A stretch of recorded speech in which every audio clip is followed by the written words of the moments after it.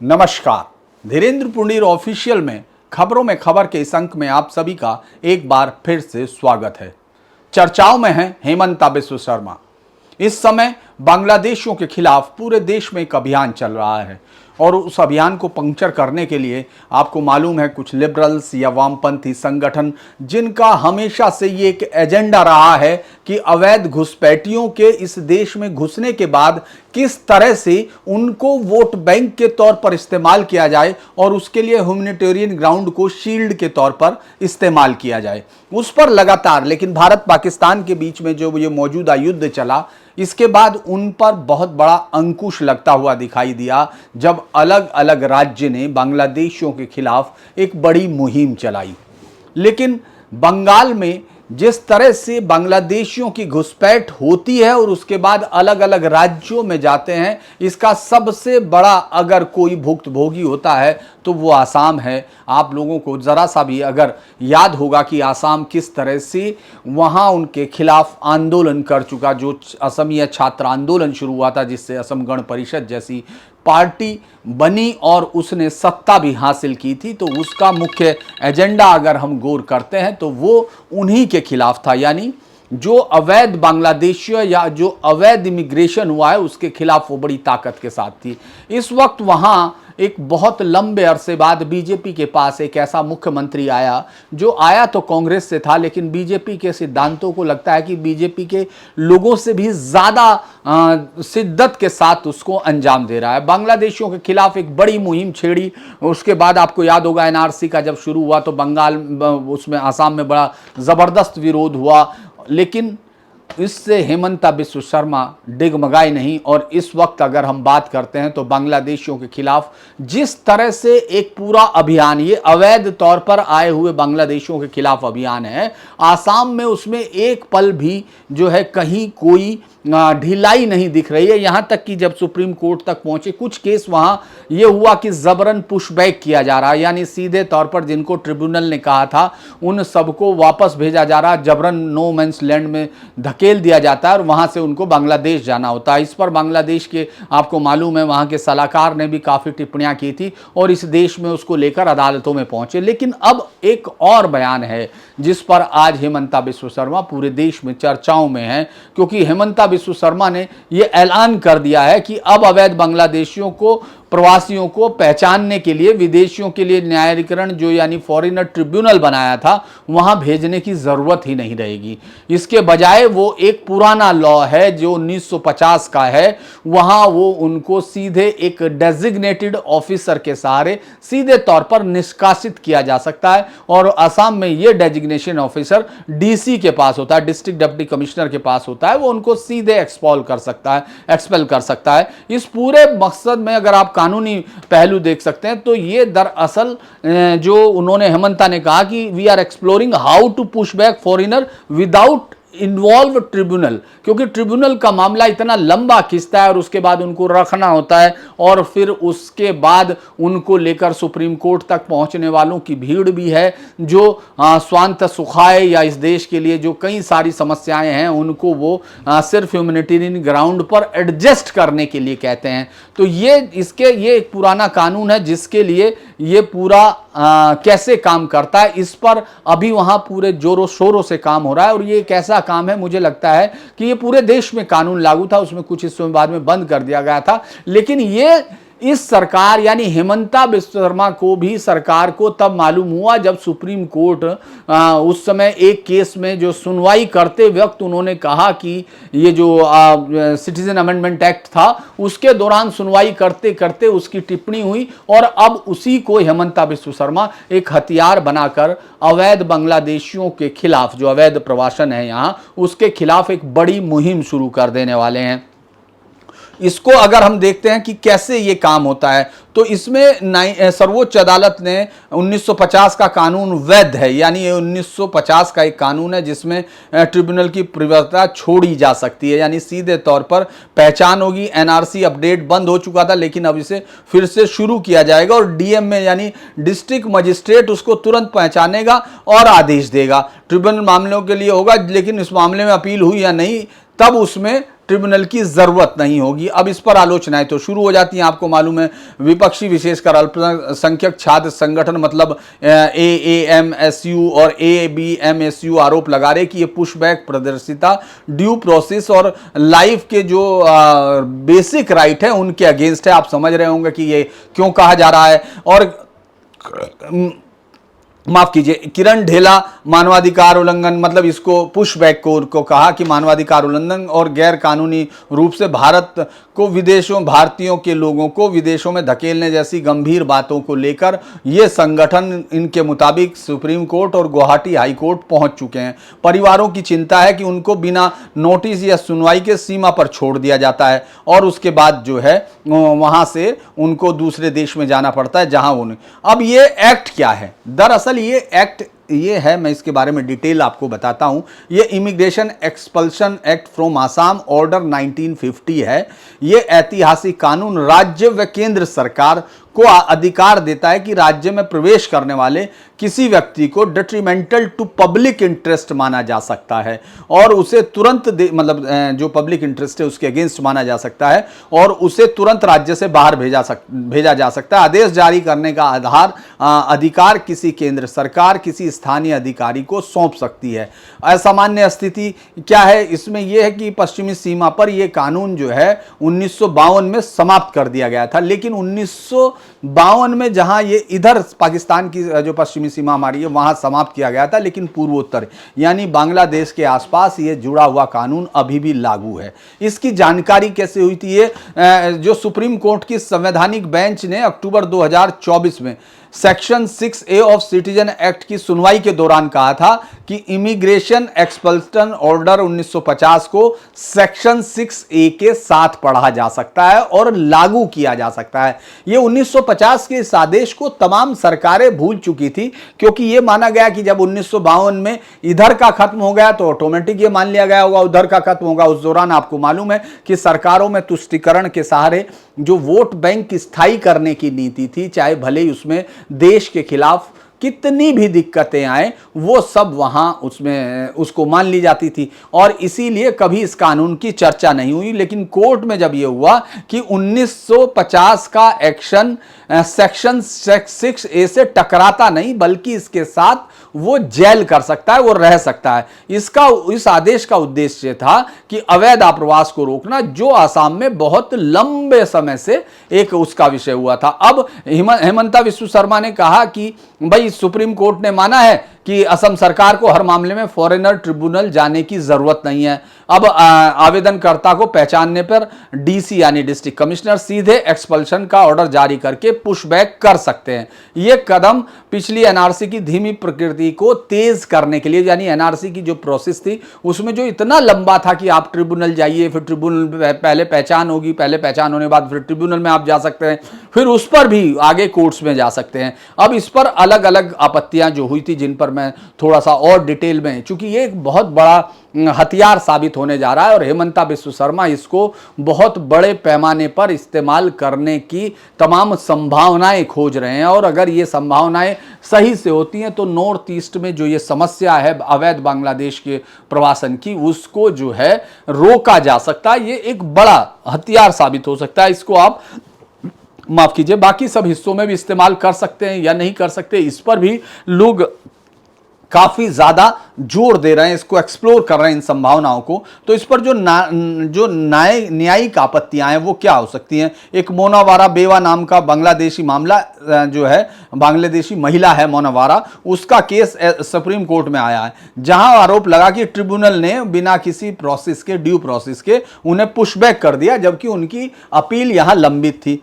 इसी तरह से जो छात्र संगठन अल्पसंख्यक वाले, उन्होंने कहा कि आर्टिकल 19 और आर्टिकल 21 यानी मूल अधिकारों का हनन हो रहा है, क्योंकि बिना सुनवाई के ऐसी कार्रवाई हो रही है और इसी को लेकर वो सुप्रीम कोर्ट आए। अब सुप्रीम कोर्ट ने कहा कि फॉरेनर को अनिश्चित काल तक जेल में नहीं रखा जा सकता, या तो उन्हें बाहर कर दिया जाए या बेल दी जाए।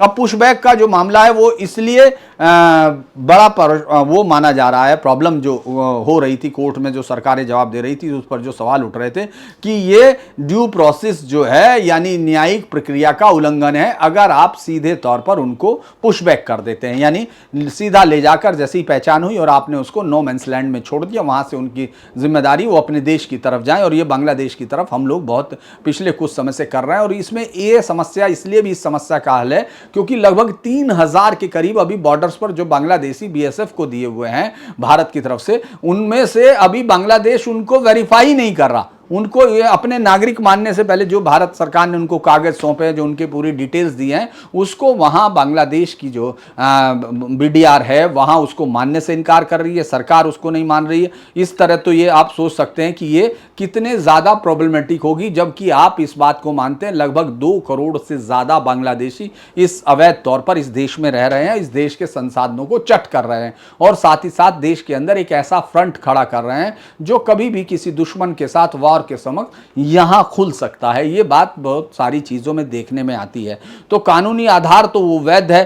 अब अगर हम लोग इस पर और ज्यादा जाके देखें कि ये है क्या, ये जो अधिनियम है ये एक्ट 1950 में पूरे भारत में लागू किया गया था। इसमें दूसरा, केंद्र सरकार ये आदेश जारी कर सकती है कि अगर कोई गैर नागरिक व्यक्ति असम में रह सकता है और उसका रहना आसाम या अनुसूचित जनजातियों के हितों के खिलाफ है तो उसको नोटिस दिया जा सकता है। ये जब 1950 में ये इसीलिए आया था और इस शक्ति का जो नोटिफिकेशन के माध्यम से डीसी या किसी भी डेजिग्नेटेड ऑफिसर को यह ताकत दी जा सकती है इस पूरे मामले में।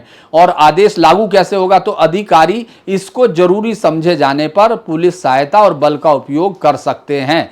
और दंड कैसे दिया जा सकता है इस पूरे मसले में, तो जो लोग इन आदेशों का उल्लंघन करते हैं या ऐसे व्यक्तियों को छुपाते हैं, क्योंकि सबसे बड़ी जो चीज हो रही है आप देख रहे हैं कि उनके आधार कार्ड बन रहे हैं, उनकी तमाम चीजें जो यहाँ वोटिंग कार्ड बन रहे हैं, आधार बन रहे हैं, तमाम चीजें तो इनको आप फर्जी बनाने के आधार पर देते हैं। लेकिन इसमें जो वो है कि ऐसे जो लोग इन आदेशों का उल्लंघन करते हैं और ऐसे लोगों को छिपाते हैं उन्हें 3 साल की जेल और जुर्माने का प्रावधान है। इसमें संकेत क्या है, जो अधिकारी अच्छे रक्षा संकेत, जो अधिकारी अच्छे विश्वास में ऐसा कार्य करते हैं उन्हें मुकदमे से सुरक्षा, यानी अगर कोई गुड इंटेंशन में इस तरह से अधिकारी अपने फैसले जारी करते हैं तो उनको इम्यूनिटी है। यह एक बहुत बड़ी ताकत है इस पूरे मामले में। और संशोधन ये धारा बाद में रद्द की गई थी पूरा, मतलब अगर हम लोग देखें अब 6A में क्या हुआ था, 6A में उन्होंने साफ कहा था कि साहब सुप्रीम कोर्ट ने इसका, अब अगर हम देखें इसको आसाम के तौर पर क्या होता है,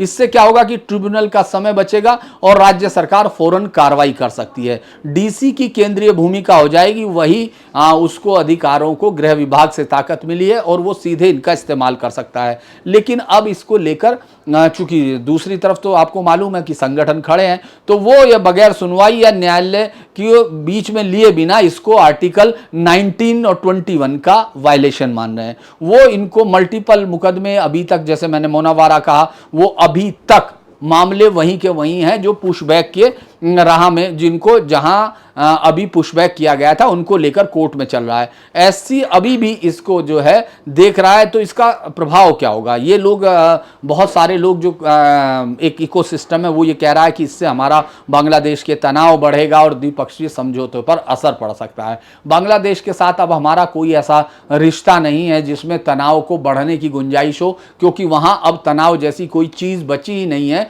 बांग्लादेश की मौजूदा सरकार भारत के खिलाफ सीधे तौर पर दुश्मनी का फैसला कर चुकी है। वो देखिए आप किस तरह से उस देश को तोड़ने के लिए चीन के कदमों में जाकर यूनुस जो है उसके पैर चूमने की स्थिति में है। तो दूसरी तरफ जो राष्ट्रपिता या बंग बंधु मुजीबुर रहमान को लेकर भी वहां के तमाम जो जमात के सदस्य हैं या वो तमाम लोग जिन्होंने पाकिस्तान के इस हिस्से के टूटने का विरोध किया था, वो तमाम ताकतें अब वहां सत्ता में हैं या उसमें केंद्रीय भूमिका में हैं। यूनुस जब चुनाव अप्रैल में कराने की घोषणा कर चुके हैं तो इसमें कोई शक नहीं लग रहा कि भारत विरोधी ताकतें वहां सत्ता में वास्तविक तौर पर जनतांत्रिक रूप में वापसी करेंगी, ऐसा उनका दावा होगा। तो उस वक्त भारत सरकार के साथ वैसे ही तनाव ऊपर है, तो आप उसमें इस बात का कोई वो नहीं कह सकते।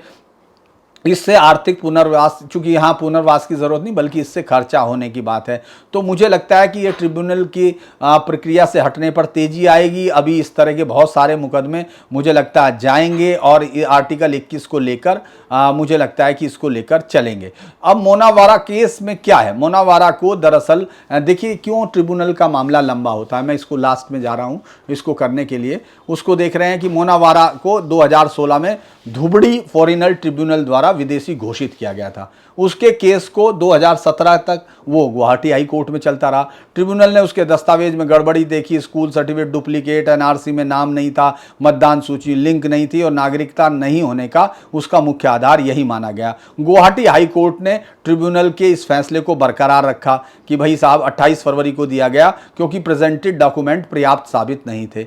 अब इसके बाद इसको मोना वारा को केंद्र ने लगभग 3 साल तक उसमें रखा गया जो ट्रिब्यूनल बनाए गए थे। 2019 में सुप्रीम कोर्ट के आदेश के बाद रिहा कर दिया गया कि भाई साहब, सुप्रीम कोर्ट ने कहा कि साहब आप अनिश्चित समय तक इनको जेल में नहीं रख सकते।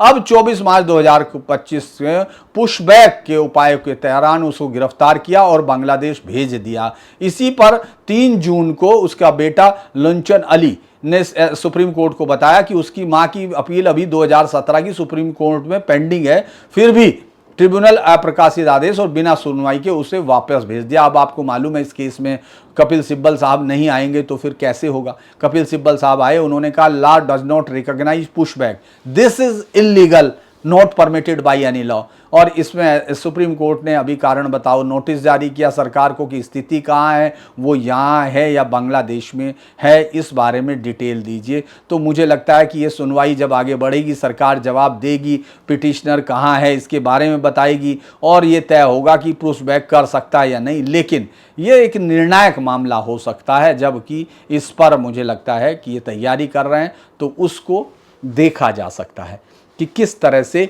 अब हेमंता बिस्व शर्मा एक वो रास्ता निकाल रहे हैं जिसमें कोर्ट ने ही कहा है, तो जब वापस होगा तो मुझे लगता है ये एक बड़ी चीज़ होगी।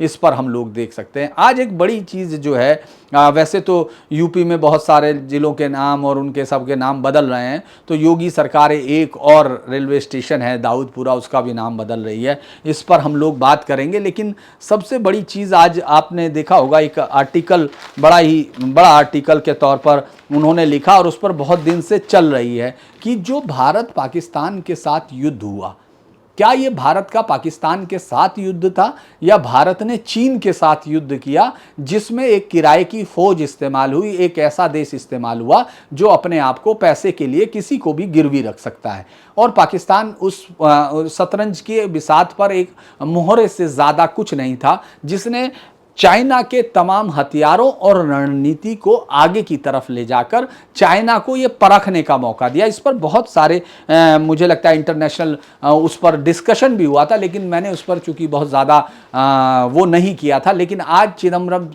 जो साहब हैं, पुराने गृह मंत्री हैं कांग्रेस के, उन्होंने एक बड़ा इंटरेस्टिंग आर्टिकल भी लिखा था। उन्होंने कहा था एक दुश्मन के पीछे उसके कई दोस्त होते हैं।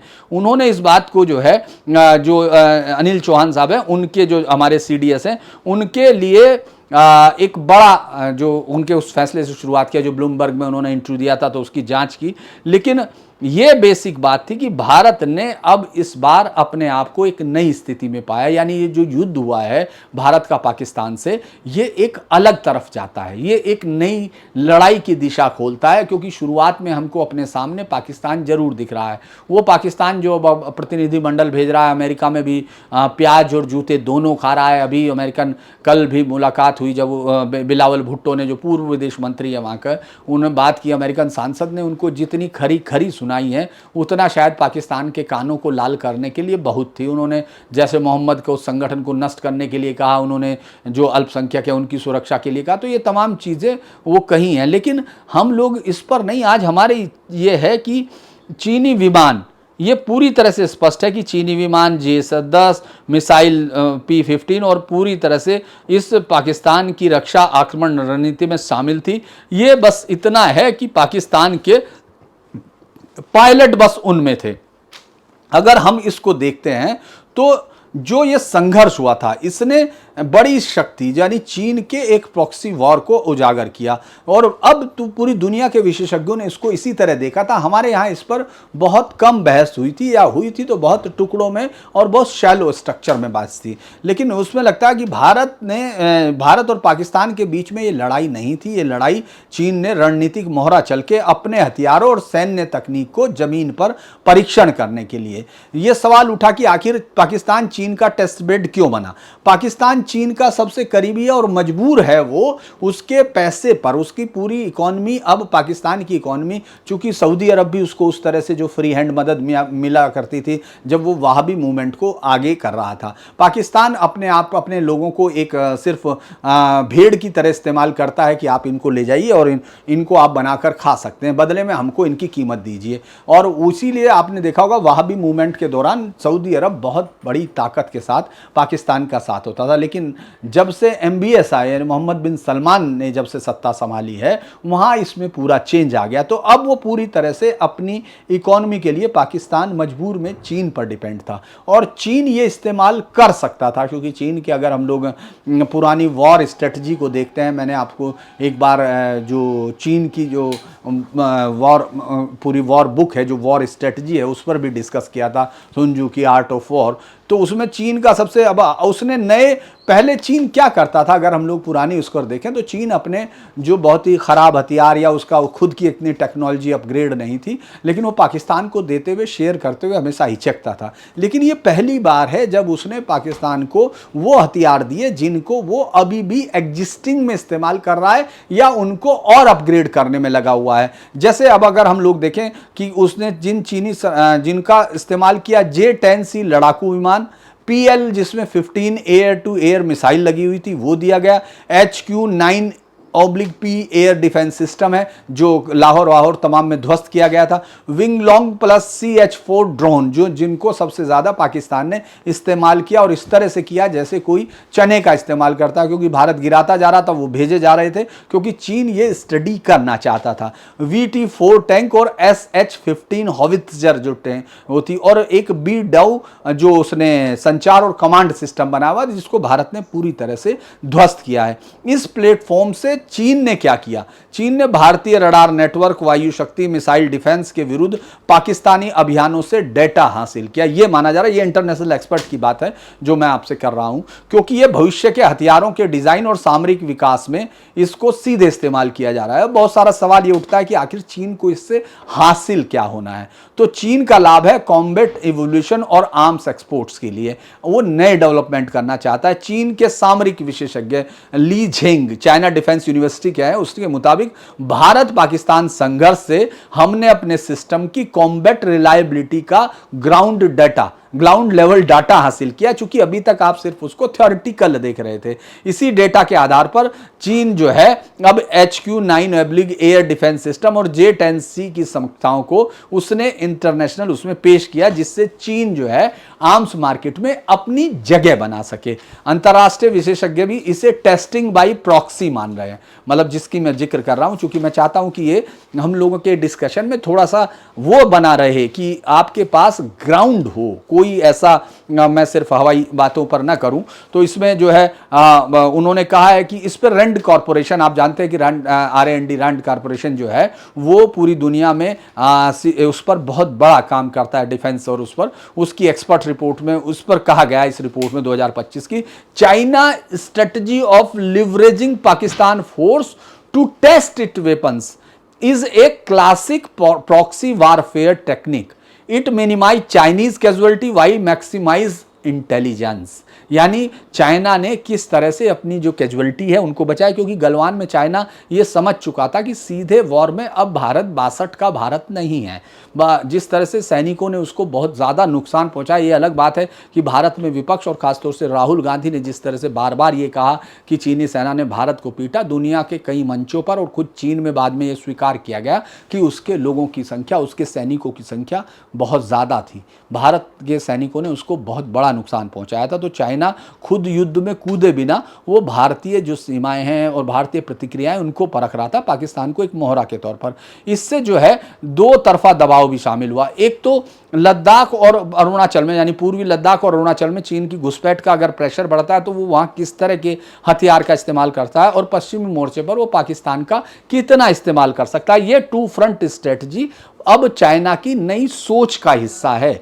इससे पहले वॉर्स में पाकिस्तान को बहुत निराशा हाथ लगती थी। चीन उसकी तरफ से ऑफिशियली कोई भी मूवमेंट नहीं करता था, हाँ जुबानी जमा खर्च किया करता था। तो ये जो टू फ्रंट है, इस पर ब्रिटिश थिंक टैंक ISS के रक्षा विशेषज्ञ निकोलस ब्लेयर ने कहा है कि China does not want to be seen as directly attacking India, यानी चाइना खुद को भारत पर सीधा हमला करते हुए नहीं दिखाना चाहता। इंस्टीड इसके बदले वो पाकिस्तान को एक कवर या कंडक्ट स्ट्रेटजी कवर करके एज ए कवर वो स्ट्रेटेजिक एक्सपेरिमेंट करता है, जबकि अपनी फोर्स को वो फ्री रखता है US के साथ पैसिफिक में युद्ध के लिए। यानी अगर वो अमेरिका के खिलाफ जिस तरह से उसको इस समय युद्ध की स्थिति वो अपने आप को शो करता है, जिस तरह आर्म ट्विस्टिंग करता है, वहाँ अपनी सैनिकों को भारत के साथ उलझाए बिना पाकिस्तान का एक उसके इस तरह इस्तेमाल करके वो अपने आप को, इसीलिए एक प्रयोगशाला चीन की, अब अंतर्राष्ट्रीय विशेषज्ञ पाकिस्तान को चीन की एक प्रयोगशाला कह रहे हैं।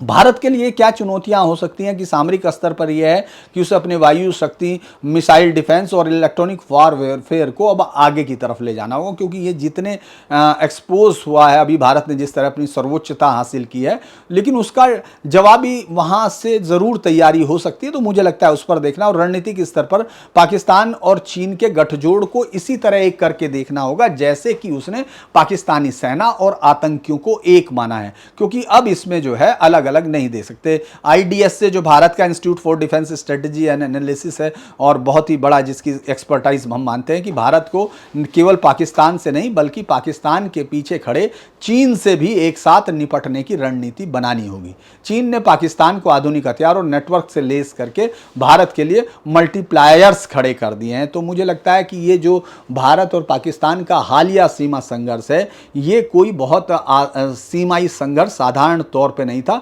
बल्कि ये चीन के एक सामरिक प्रयोग का हिस्सा था। उसने पाकिस्तान को डेस्कबेड बना के J-10 और वो जो हथियार है उनके साथ अपनी एक परख की और अंतर्राष्ट्रीय हथियारों तक मार्केट में अपनी पहुंच बनाने के लिए भी इसका इस्तेमाल किया। और इसके मुझे लगता है कि भारत के लिए खतरा बड़ा बढ़ गया है कि अब उसे वास्तविकता में दो फ्रंट वार की जो कहा जा सकता है, वैसे उसको ढाई फ्रंट जो हिंदुस्तान के अंदर जो देशद्रोहियों की जमात है उसके साथ जोड़ा था विपिन रावत जी ने, लेकिन अगर हम लोग उसको आर्मी की लैंग्वेज में कहें कि दो पक्षीय जो है पाकिस्तान से नहीं बल्कि चीन के बहुपक्षीय टेक्नोलॉजी प्लस इकोनॉमिक यानी टेक्नोमिक्स जो एक्सपेंशनिज्म है उससे टकराना होगा। और भारत को ये देखना होगा कि वो इंटीग्रेटेड डिफेंस स्ट्रेटजी बनाए ताकि वो दोनों इन मोर्चों पर खड़ा हो सके। मैं इसको बिल्कुल एक अगर हम लोग सीधे तौर पर कहें कि इस पर हम लोगों ने आपको पूरा डिटेल, मुझे लगता है कि ये बहुत बड़ी एक इस पूरे युद्ध की एक स्थिति है, ये इस पर मैं आपको और भी आगे बात करते रहेंगे। एक तीसरे पर छोटा सा मैं ज़रूर करूंगा क्योंकि प्रधानमंत्री नरेंद्र मोदी के 11 साल पूरे हो चुके हैं और 2014 में आने के बाद नरेंद्र मोदी अर्थव्यवस्था, राजनीतिक, सामाजिक ढांचे में ऐसे बदलाव लाए हैं कि जिन्होंने इस देश की इस लगभग लंबी 70 साल की एक यात्रा को बिल्कुल अलग करार दिया है। चाहे वो डिजिटलाइजेशन हो, डिजिटल इंडिया को, Jan Dhan, unified payment interface यानी UPI जिसमें 100 अरब से ज़्यादा ट्रांजैक्शन रोज़ हो रहे हैं। GST एक बहुत बड़ा चेंजेस है, किसान कल्याण योजनाएं, रिहायशी, ये तमाम चीज़ें तो जनरल बातें हो सकती हैं, फॉर्म लॉ होंगे, लेकिन मैं अगर उन चीज़ों को देखूं कि प्रधानमंत्री मोदी ने उन 11 सालों में किस तरह से अपने भाषणों से दिशा बदली है, वो मैं आपके पास, मुझे लगता है कि हम लोगों को 2014 के भाषण से, मैं 2019 के भाषण में उन्होंने क्या कहा, 2014 में क्या कहा, छोटा सा एक मैं लाल किला के भाषणों से उनको समझने की कोशिश करते हैं। जो 2025 में अभी चूंकि जब भाषण होगा तब से पहले 2014 में उन्होंने अपने आप को प्राइम सेवक, नोट सेवा मतलब एक नई शुरुआत कहा था। प्रधानमंत्री मोदी ने अपने भाषण में स्वयं को प्रधान सेवक कहा था और कहा था कि 10 साल के लिए जाति, धर्म और वैमनस्य ये सब को भूलने का संकल्प था। मॉन्टोरियम और कम्युनलिज्म, कास्टिज्म का संकल्प लिया था उन्होंने। डिजिटल इंडिया स्वच्छ भारत और जन धन और नीति आयोग जैसे जो संस्थान है उनकी परिकल्पना, ये मैं पहले भाषण की आपसे बात कर रहा हूं। ये एक करिश्माई नेतृत्व की शुरुआत माना जा सकता है, यानी जहां से लोकतांत्रिक बहुलवाद और त्वरित कार्यान्वयन, माने बहुत तेजी से एक्शन, सिर्फ वो नहीं कि लंबे समय तक योजनाएं। 2019 में उन्होंने चेंज किया, उसको परफॉर्मेंस पर लाए।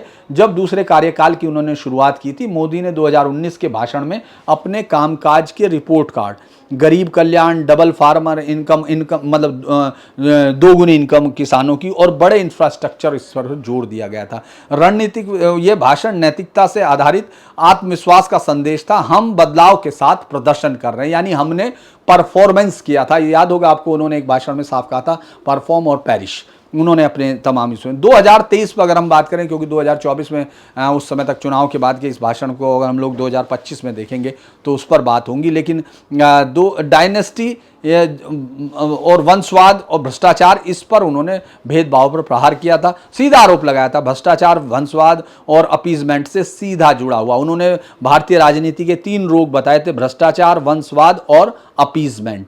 ये रोग हैं जिनको दूर करना। उन्होंने मणिपुर हिंसा पर बात की, महिलाओं की क्षमता और 2 करोड़ महिलाओं को आर्थिक तौर पर वो करने की बात की थी। अगर हम ये देखें, ये भाषण 2023 का भाषण राष्ट्रवाद, सामाजिक परिवर्तन के एजेंडे को चुनावी अभियान में बदल दिया, जहां से उन्होंने 400 सीटों की बात की थी। भाषणों के आधार पर अगर आप बड़ी नीतियों को देखें तो जो 2019 में जम्मू कश्मीर की विशेष स्थिति, भेदभाव और अन्याय को बताकर हटाने का तर्क बाकायदा पेश किया था, ये धारा 370 और उसका सीधे तौर पर उन्होंने असर दिया। संविधान की एकरूपता, सुरक्षा बलों की तैनाती और इसको उसके साथ जोड़ा। आत्मनिर्भर भारत अभियान की शुरुआत उन्होंने 2020 के भाषण में जो संकेत दिया था, डिजिटल और रक्षा आत्मनिर्भरता को बार बार रखा।